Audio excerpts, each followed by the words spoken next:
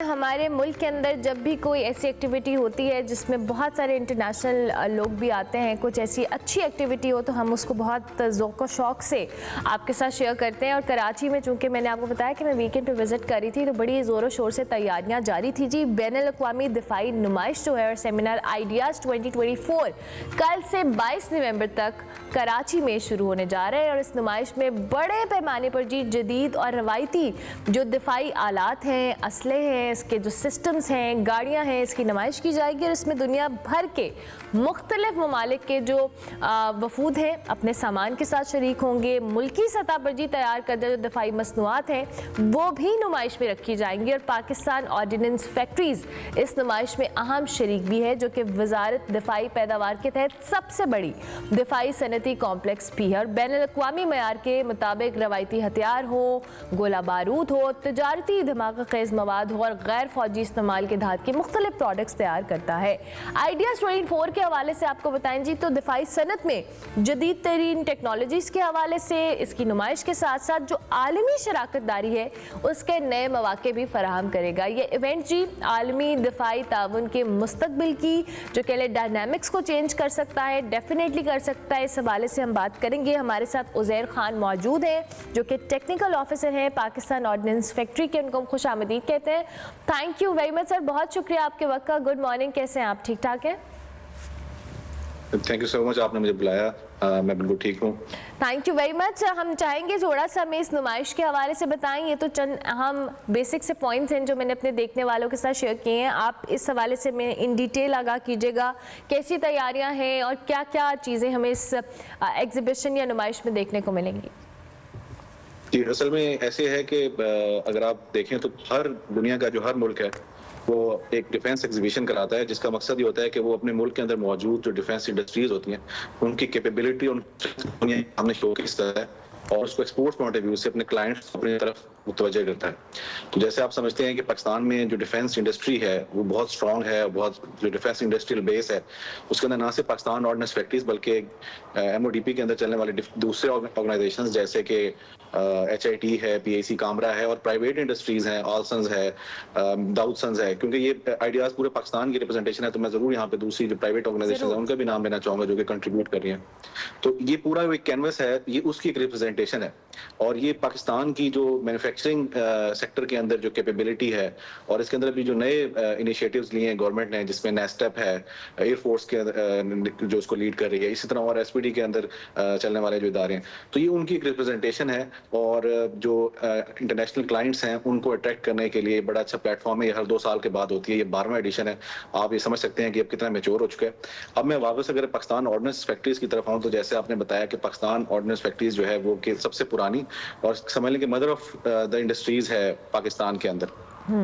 تو اس کے اندر یہ ہے کہ آپ یہ پاکستان آرڈیننس فیکٹریز کی 14 ڈفرینٹ فیکٹریز ہیں جس میں کنونشنل آرمز اینڈ ایمونیشن سے لے کے جو کلودنگ آئٹمس تک یہاں پہ بنائے جا رہے ہیں. اس آئیڈیاز کے اندر جو ہمارا فوکس ہے 3 چیزوں کے اوپر ہمارا فوکس ہے. ہم نئی پروڈکٹس لانچ کرنے جا رہے ہیں جس کے اندر اگر میں عام لوگوں کے سمجھ کے لیے جو ٹینک کے اندر ایمونیشن یوز ہوتا ہے اس کے اندر ہم نے 125 millimetre A P F S D S enhance penetration launch کیا ہے.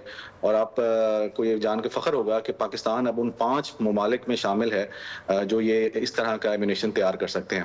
اس کے ساتھ ساتھ 76 ملی میٹر اسموک جو کہ ٹینک کے ساتھ یوز ہوتا ہے. پھر اینٹی ایئر کرافٹ گن میں 35 ملی میٹر ایمونیشن ہے.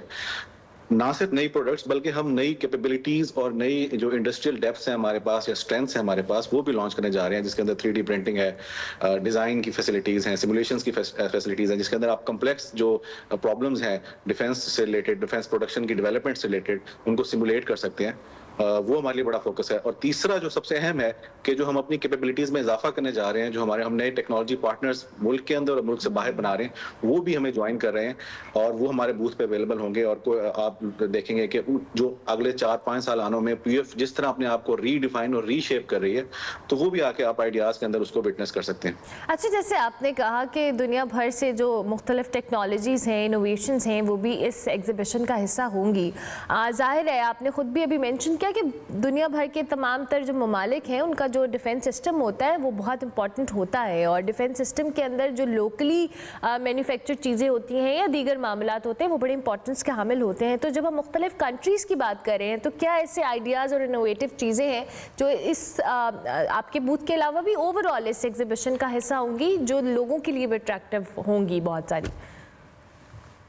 جی, اس میں میں نے بتایا نا کہ پاکستان کے ڈیفینس سیکٹر نے بڑا گرو کیا, اور ابھی جو گورنمنٹ کا انیشیٹو ہے, اگر میں آپ کو بتاؤں کہ ہماری جو ملٹری لیڈرشپ ہے اور ہماری جو گورنمنٹ کی لیڈرشپ ہے ان کا بڑا فوکس ہے, اور انہوں نے بڑا فیسیلیٹیٹ کیا ہے یہاں پہ. جیسے میں نے آپ کو بتایا کہ ریسنٹلی جو نیسٹ اپ کی فیسلٹی ہے, پھر اس طرح پی ایف کے اندر جو نئی انوویشنز آئی ہیں ان کی ریکوائرمنٹس کو نہ صرف انڈرسٹینڈ کیا گیا ہے بلکہ ان کو فیسیلیٹیٹ کیا گیا ہے.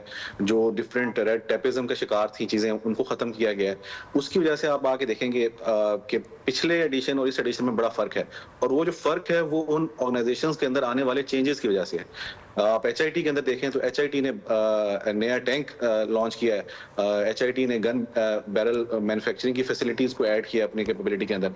اور اس کے ساتھ ساتھ آپ دیکھیں گے کہ چھوٹے چھوٹے جو انٹرپرینورشپس یعنی چھوٹے چھوٹے جو وینچرز ہیں, چھوٹی چھوٹی فرمز ہیں, وہ اتنا کمال کر رہی ہیں نئی ٹیکنالوجیز کو یوز کرتے ہوئے, اور وہ اپنی پروڈکٹس کو شو کیس کر رہی ہیں. جیسے اب جو ایریل سسٹمز ہیں ڈرونز کے اندر, اس میں آپ دیکھیں اس میں آپ کو پرائیویٹ سیکٹر نظر آئے گا.